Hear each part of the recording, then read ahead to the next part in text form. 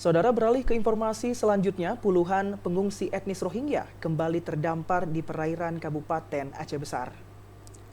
Setelah di Pantai Ladong dan Gampung Baru, Kecamatan Masjid Raya, kini puluhan etnis Rohingya terdampar di Pantai Gampung Lampanah Lengah, Kecamatan Selimum, Kabupaten Aceh Besar.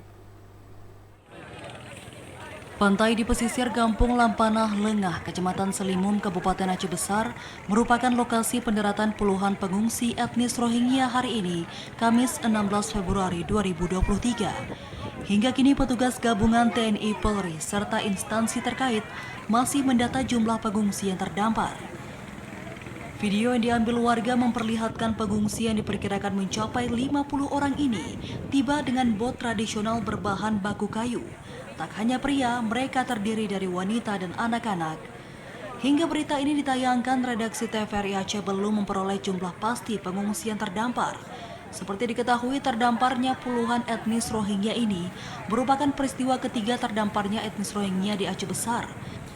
Sebelumnya sebanyak 57 dan 184 pengungsi etnis Rohingya juga terdampar di Pantai Ladong dan Gampung Baru, Kecamatan Masjid Raya Aceh Besar pada 25 Desember dan 8 Januari.